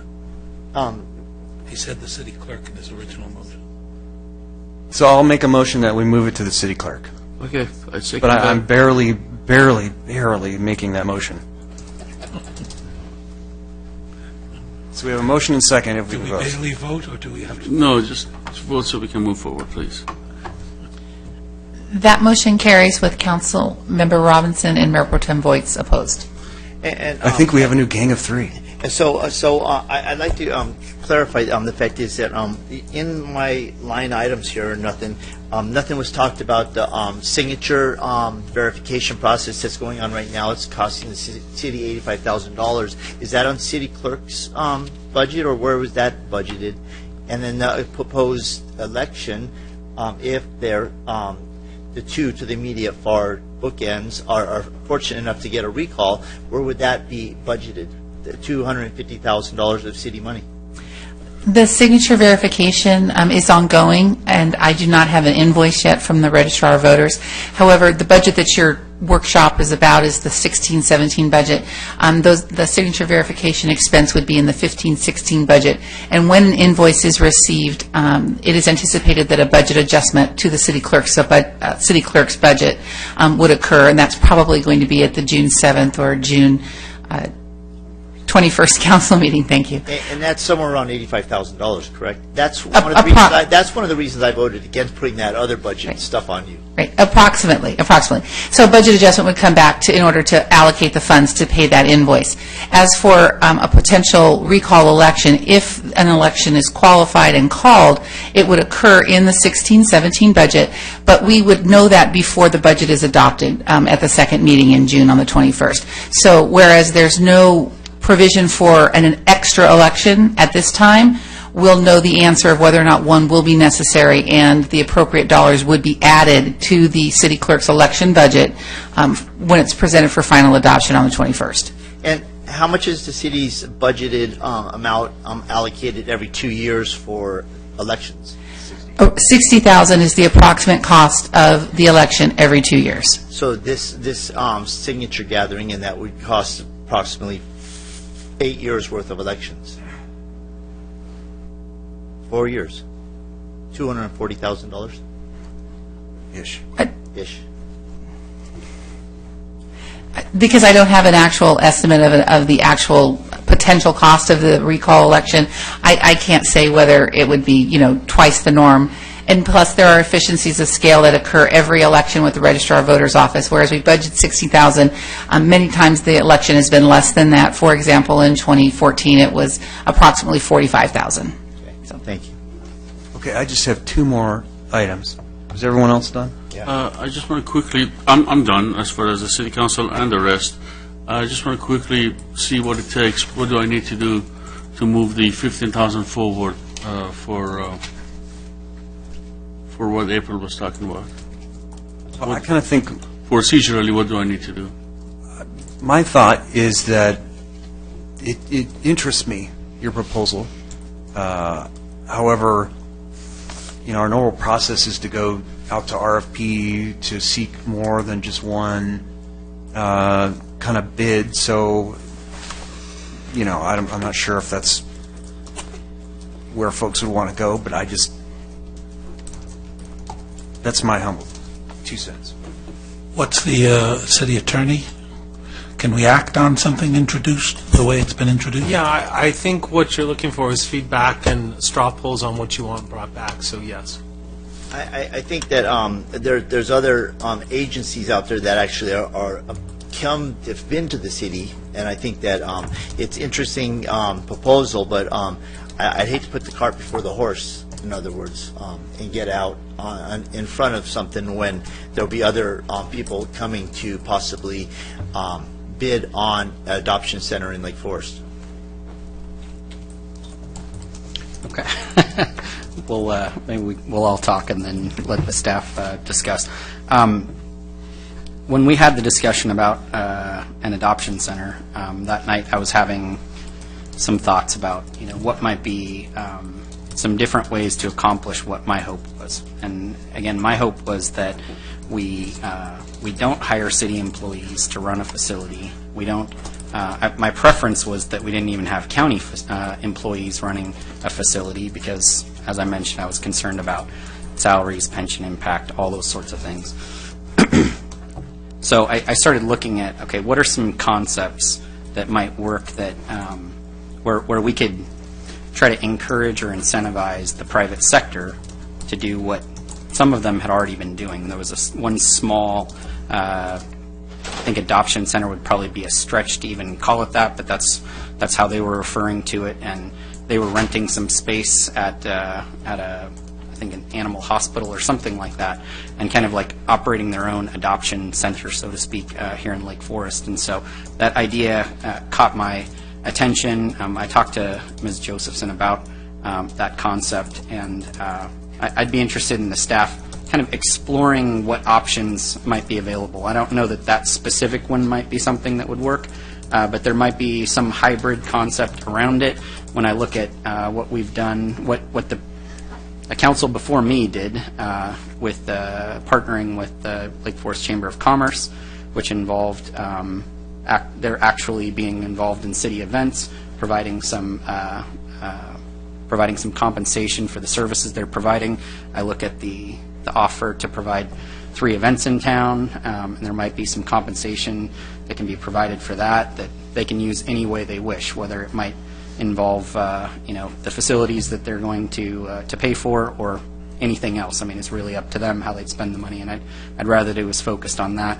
I think that as I thought about it a little bit further, if I started focusing specifically on a facility itself, then I wasn't sure, and I haven't had a chance to talk to the city attorney about this, but if we focused on funding a facility, would we have any liabilities with respect to that facility regarding anything that might occur there, structurally, anything that might happen? I'm not really sure. I hadn't had a chance to talk to him about that. So I think that leaving it a little bit more open-ended for organizations might be better.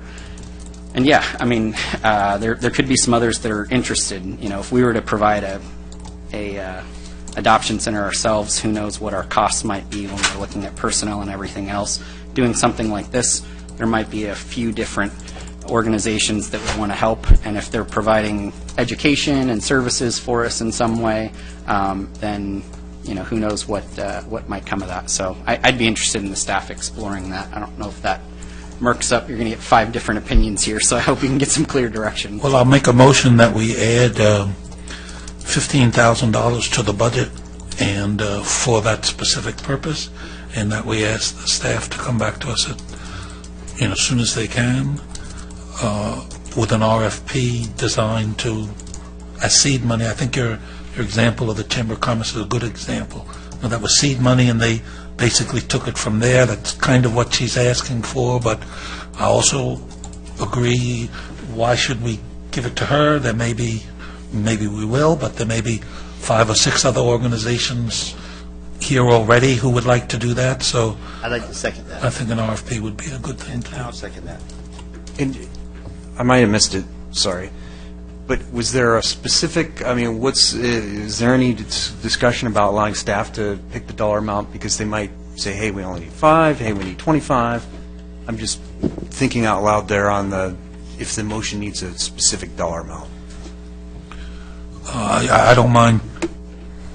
If you make it 15, they'll come in with a 15. If you make it 25, they'll come in for 25. If you make it 50, they'll come in for 50. My thought was, if somebody thinks they can do it for 15, God bless her, and let anybody else come in and match that. So that was, my rationale for going with the 15. I think that's extremely reasonable, and anybody who could match that, wouldn't that be great? Yeah, I'm actually comfortable with that. I think that if we need to adjust that.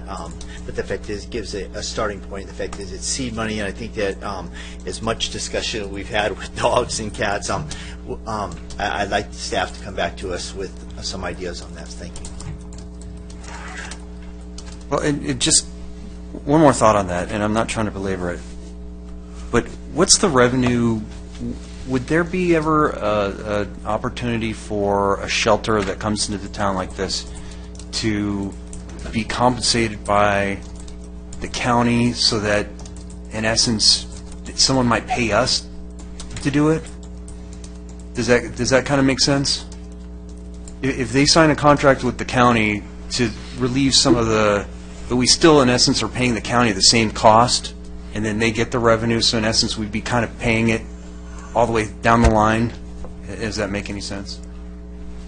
So that someone would come in and say, hey, I'm getting $50,000 of revenue from the county, which you're paying, and I'm relieving you of the burden from it to go be, the animal in the shelter, and then here we are paying even more on top. That's... Well, let me try to clarify. I think what he's trying to say is, if after the 72-hour hold, we're charged days where the dogs or cats or birds or whatever might be at the shelter, we're charged a daily charge, right? I forget what the actual term is. So if an organization were to pick up those pets after the 72-hour hold, then we wouldn't be paying the county for those Correct. days, and so we could potentially pay some other organization in some way. And I'm not, again, I haven't talked to the city attorney about that, so I'm not really sure what liabilities we would have. I know that was discussed a little bit with the Chino Hills concept, but I think that's what he was trying to explain. So I don't know if I clarified it or not. Yeah, but is there any chance that they would ever get revenue from the county? Okay. It depends on what relationship they would establish with the county. Generally, with rescue groups, the rescue groups are paying a discounted rate to take those animals from the shelter because there are costs. There is an RFI out, or will be out shortly, from the county looking at adoption centers, but right now there are no official adoption centers with the county. So I think what we would be talking about here is looking at what could we develop with a $15,000 budget. It would almost be like a pilot for 1 year, and then as the county's adoption center plans solidify, we can look at what we're doing and how it works with that, if it's a supplement or if it's duplication, and we would come back to you and continue to update. That answers. I think the savings comes not in taking them after they've gone into the county, but in preventing them from going in the first place, either with lost and found programs, feral cat programs, help desk programs. So it's preventing the intake in the first place. That's the profit to us, because that reduces our costs.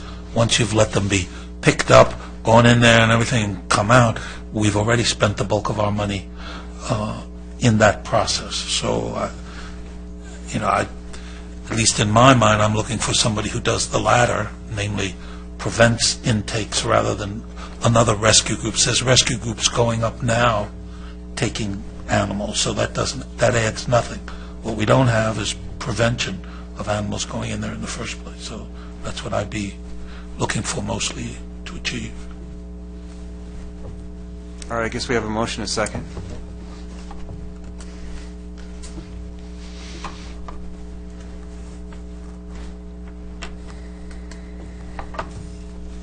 That motion carries unanimously. Okay, so am I the only one left? So just briefly, I wanted to talk about the $500,000 for the general plan. Oh, thank you. And so, I have a little map up here. Is more of a priority, in my mind at least. I see potential for maybe a specific plan, kind of along between the 5 and Rockfield. It's almost like an L, and then going up to Muirlands, the Irvine, Lake Forest, kind of where the Lake Forest lanes are, the Hat, some of those kind of the Pep Boys all the way up to the Mimis. So that's just my 2 cents on that. I don't know if there's even any discussion on it, but I think we could do a specific plan for that area to help revitalize that area. That just seems like a bigger need to me than going into a general plan that just kind of might be updating something that could maybe wait a little longer. I don't know. Isn't there, it's been a long time since we've had our general plan updated. What is suggested, and is there litigation of how long we can go? I can defer to the city attorney about the possibility of litigation. The city's general plan was adopted when the city incorporated shortly thereafter, so it's about a 25-year-old plan. And there are some of the elements that need to be updated on a more periodic basis. Some you never really have to. It's not uncommon for cities to go long periods, like 25 years, before you update, because it's a major project. However, there is utility in looking comprehensively at your general plan through all areas of the community. Whether or not you decide to do some type of specific plan, call it that for the moment, in any one particular area, there may be others within the community. And for example, re-looking at an area down around the freeway at El Toro. There's a couple of shopping centers there. There's across the street. There's a number of issues that you might look at and include. It's also a long-term document, so you might be looking at a variety of uses in the long term that may yet develop or redevelop it. Now, what the staff's been planning to do is to bring the council a kickoff presentation relative to the general plan update, which would be actually at your meeting next week, I believe. Ms. Ackerman's still writing that report.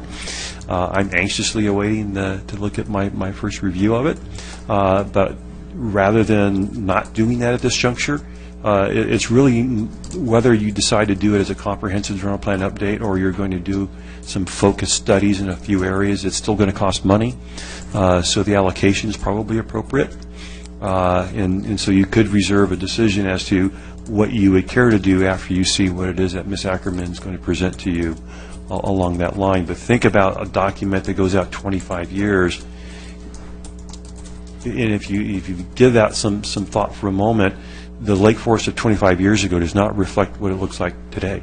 El Toro Road is dramatically different from the freeway today than what it was 25 years ago. And of course, you're seeing development occur today. What we do, how we do things 25 years from now with technology and other issues is still interesting. I had challenged Gail, quite honestly, is we probably could use a futurist in this effort to try and figure out what's going to be going on, because the advent of the internet, for example, in internet sales, and I've become more familiar with some of that issue myself, looking at it, and fundamentally, yeah, you're seeing some real struggle with brick and mortar stores. We have Sports Chalet closing in this town. There's others that are closing. They're being hammered by internet sales. So what does that mean in terms of how you start to develop those areas is another issue. I don't want to steal Gail's thunder, but I will one little part, because I've talked about this with her and others, is we're right next to the Irvine Spectrum. It's an incredible opportunity to sort of figure out how we capitalize on that. And so you may want to have a conversation. It might affect just the area you're talking about, Mayor Hamilton, or others as well. So that's a long response, but it tells me that fundamentally the dollars are probably necessary. You may want to defer some decisions relative to what you do until after you get the presentation. Okay. Yeah, and I probably should have said it better. Maybe making it more of a priority or prioritizing certain parts of the general plan update. That's probably a better way to say it. And just speaking to that, I mean, I think that's going to occur organically. The vast majority of the square miles of our town are residential, and I think it's highly unlikely that in a general plan update we would talk about knocking out neighborhoods to do anything, whatever it might be. We're not bringing a football team to Lake Forest, so we're not going to be building any stadiums or anything like that. But Is that a motion? No, it's not. It's definitely not.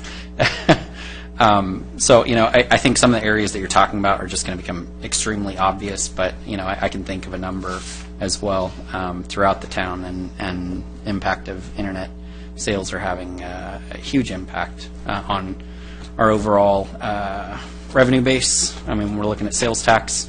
It was TOT and property tax and other taxes were up 7 and 8%. Sales tax is up 2%, right? And if it weren't for a handful of new residents that we've already received, that number might have even been a little bit lower. Probably not significant, but might have been 1.5%. So sales tax is not tracking, and that's just another, I know we've already settled the issue, so I don't want to rehash it, but it's just another reason why we need to be involved in regional and statewide organizations, like League of Cities, Orange County Association of, whatever, ACCOC, that one.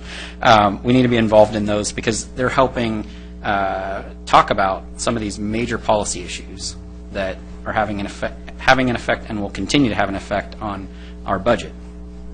Whether it's gas tax drop, which Councilmember Nick probably knows very well, the impact of that and how electric vehicles and things like that are starting to have an impact on gas tax. That's definitely going to be something that we're going to have to keep tracking, and how VMT affects all of that. And then also internet tax.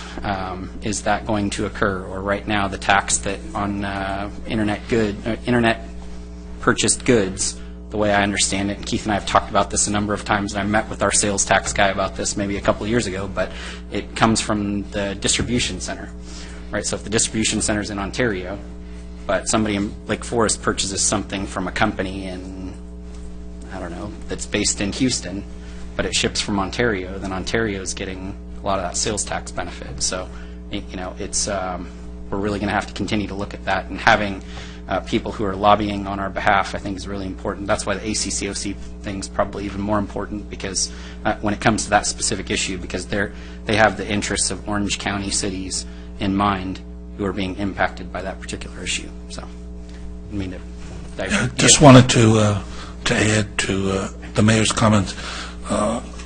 When I'm not busy working on the city, I spend a lot of time buying and selling stocks, and I have a pretty substantial investment in REITs, real estate investment trusts, and I specialize in medical and retail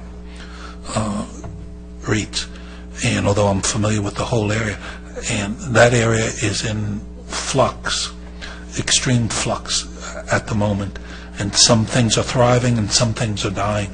So I believe this would be the wrong time, maybe the worst possible time, to do a general plan, given all the changes that are happening, as you said, in internet and elsewhere. So I'd be more inclined to go with what you said, Mayor Hamilton, with a limited rather than a general, just because this is the wrong time. There's so many things going to change in the next 10 years that doing a general plan will already be obsolete in that time. So I'd rather focus on areas. That's what I'm going in. I don't want to discourage Mrs. Ackerman, and give us your best shot. But you got an uphill battle with me apparently there too.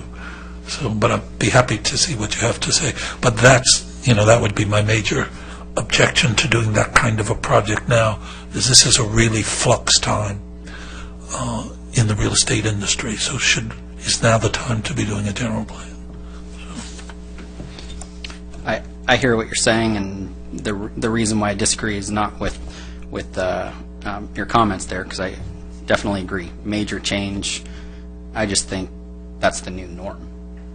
So, it's, for most of my adult life, I feel like the world's been in a constant state of change. So much has occurred since I graduated from high school, and I just see that change in technological development and, how we live, how we shop, how we work, all those sorts of things just continuing to change at a fairly rapid pace. That's why I agree. The city manager and I had the word futurist has probably been mentioned at least a couple of dozen times in meetings that we've had over the last nearly 4 years. So, it's bringing in a consultant to talk about what changes might occur. They're a consultant, right? Bringing in a futurist to talk about it, that's the entire focus of their job and career, right? That's what they spend all their time on. A consultant might touch on it a little bit, but a futurist, mean, that's his title. He's trying to tell you, what he views, and with providing tons and tons of data behind it. So, I know you didn't say you were a definite no. You just said you're going to be hard to work on. So, I hope she gives it her best shot. Yeah, maybe Marty McFly is open to our futurist slot. I was just going to mention, I went to a volleyball tournament over the weekend, and I saw that Young's Market in Tustin, they're a big sales tax generator. So there are opportunities for us always to, but I think Tustin is your second favorite city, so. My second favorite city. All right, with that, I was just going to add one more item about, I think we had talked sometime recently about the after-school programs, and I would never want anyone that's in a need-based situation or, situation where a latchkey or something like that, but I think we had said something in the past about looking at maybe the revenue, what we would charge for that. I don't really necessarily have an opinion, but I just thought that would be something that we could examine too as part of the budget. Oh, the other thing, yes, I'm glad you mentioned that. I would like, on the revenue side, and I would like us to think more about how we can involve private industry in the city. So I'd like the new dog park, for example, to be the PetSmart dog park. I'd like us to have a committee and to go around to the large corporations and see if we can't get somebody to fund the Etnies Performing Arts Center and the Panasonic conference room, etc. See if we can't. I'll help you there, sure. Oh, all right. That's Okay. a good idea, Yeah, actually. thank you. That's a good idea. I think let's concentrate on some innovative ways to generate a little more revenue with involving the private community. So if you'd like to, anybody, we can't have 3 people on the committee. It'll be you and me, we can do it. Okay. Was staff looking into this, or? Oh, no, the same way we did the ad hoc committee with Keith and Mr. Donick. I was thinking an ad hoc committee then with Deborah or Jessica and Mr. Donick to begin to see, what's out there in the community and what we can flush out to get the community involved in funding. Yeah, we named the city hall after whoever wants it, $10 million. Yeah, the naming privileges, exactly. We named the city hall after whoever wants it. Well, $10 million bucks. Maybe the Civic Center, not the City Hall. But So the Adam Nick Civic Center? I didn't say 100,000, I said 10 million. But I would do it for 100,000, just so you folks know. I would do it. I'm not a fan. I know what we're trying to accomplish. I look at cities that have done these sorts of things, and usually they're cities that are in dire straits financially, and they usually are looking for sources of revenue to keep the lights on, to keep the streets paved. I look at our all funds, $106.7 million. The most money we've had in the bank in a long time. The fact that we're able to cash flow a bunch of stuff, and I just don't see the value in it at this point.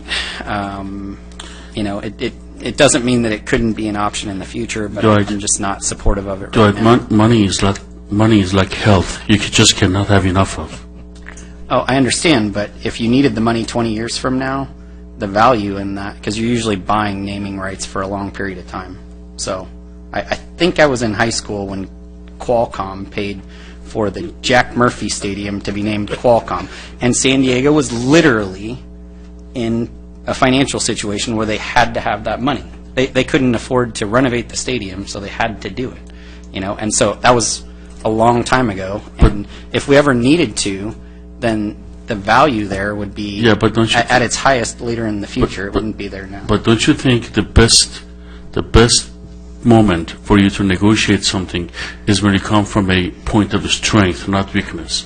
I don't want to negotiate this when I'm in dire financial needs 20 years from now, if that ever happens. I want to negotiate it when I can actually sell this to whoever I choose to, not because I have to, because I want to. The best time to take a loan from a bank is when you don't need that loan. Not when you're desperate for it, because then they'll give you a higher rate and a less friendly term. You know that. I hear what you're saying. I just, there's a certain amount of corporatizing what the community is paying for, right? It's community tax dollars. And this council, I think, has been resolute. The year I was mayor, we definitely were resolute when we opened up the sports park that we didn't want any of our names on it. Previous councils have said that on a number of occasions. And the last thing that I would ever want is a council member's name on anything. But there might be some people in this town who've contributed significant amounts of time and energy, purely volunteering, never asking for even a pat on the back, to naming something after them would be much more rewarding than any dollar amount our city could ever receive. And so if we were ever going to consider naming something after someone, it should never be an appointed official or an elected official, but maybe someone who's contributed significantly to this community and never asked for a single thing from us. And I think that putting a corporate name on something is the complete opposite. It's an exchange of money for their having the name on something. It's not about the service to the community or anything like that. It's purely a financial transaction. And, I just, since we haven't talked about it at all, and this is the first time that I'm hearing about it. All right, should we just I'm then, not a fan. how about if we, instead of trying to make a decision on it now, how about if we ask the staff to come back in the budget report and to cover that area, what are some of the pluses and I don't think they minuses? need to. I think that in prior councils, when Peter Herzog was mayor, I think this all discussion came up with naming or selling the rights to name the different the playing fields of the new sports park. I think that to do that, it diminishes what the citizens of Lake Forest have committed to these parks and these fields. So I'm not really there right now. I could have gone either way, but I thought Mr. Robinson Councilman Robinson was quite eloquent, and I think I'm swayed to that position. So is there anything that you want us to say, like my after-school program? I was the only one who mentioned it. Do you want more of us to opine on any of these items? Because we did take a few votes. It sounded like that one kind of died right there. Is there any? No, we talked about that at the last meeting, and we asked them to come back in this budget and to change that. We did at the last meeting, the last budget meeting. Yes, I'm saying we What was already it? discussed it. Which agenda? Which item? I'm not sure if I understand. The after-school program. Okay. Well, I didn't know. Do you want us to give more? Do you want more assent or consent to any other items? Mr. Mayor, McGee is looking at we're you. currently charging for the after-school program. No, I'm saying a little bit more. Because Oh, you want to charge an additional, because right now it's $25. Yeah, and I think our cost was Around 900 kids? So it's around Yeah. $22,000. We're making like 5%, or I'm not saying making, but the revenue covers the expense. Okay. So you're 5% you're of the looking ex- to of the increase that fee from 25 to X. If I remember what we talked about last year, and I think it might be helpful just to go through the minutes there, since that's what we're talking about is, hey, last year I think we talked about this. The way I remember it was that for those that couldn't afford to pay for it in some way, we didn't want to burden them any more than they already are, right? But there might be some folks out there that could afford to pay for it but are only paying the $25 a semester. And if I recall correctly, it went from $25 a year to $25 a semester, so it went up slightly. But it was just more of like a means test. And I don't know that I'm remembering it 100% correctly, but that's just the recollection I have. So. Yeah, it's not for everyone, the increase necessarily. It needs to be needs-based, was my humble recollection. Mr. Members of the council, I think your question is whether or not there would be, the staff would be seeking greater, I guess, consent by the council, a consensus. I think that would be appropriate if you're looking for us to spend time analyzing the costs associated with that specific program and recommending an additional amount, and bring that back at the budget adoption period for you, then it might be, you don't need necessarily take a vote. As long as there's at least 3 of you who's wanting to do that, then we can go forward. I'll say yes. I'm fine with it, as long as it's not going to be made. Do you have any idea of just roughly how much time you're going to put into it? I mean, I don't want you to, I'm going to have to put in 100 hours to try to figure this out. No, I don't think it's going to take much time. Okay, then I'm supportive. Okay. We got 3 then. Is there anything else that anyone wants to seek consensus on, or that they've just mentioned and didn't get consensus? All right. With that, I think we go to. That's it, Al. That's all I see. Adjournment, right? Yeah, return. All right.